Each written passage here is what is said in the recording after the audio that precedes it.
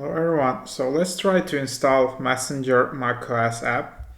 It's in the top chart recently, I think, because it has now this room functionality which helps you to make video calls and video chatting, and it's kind of more similar to Zoom.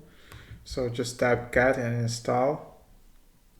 And anyways, if you just like you chat and send messages on desktop, it can be helpful.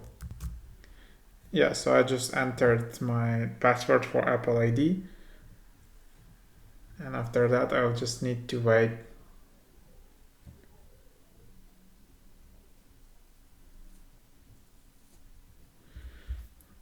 So that's the app. You can also have all your chats on desktop, and then you can enable dark mode, as they say here, and just tap open, and there you have a Messenger app on desktop.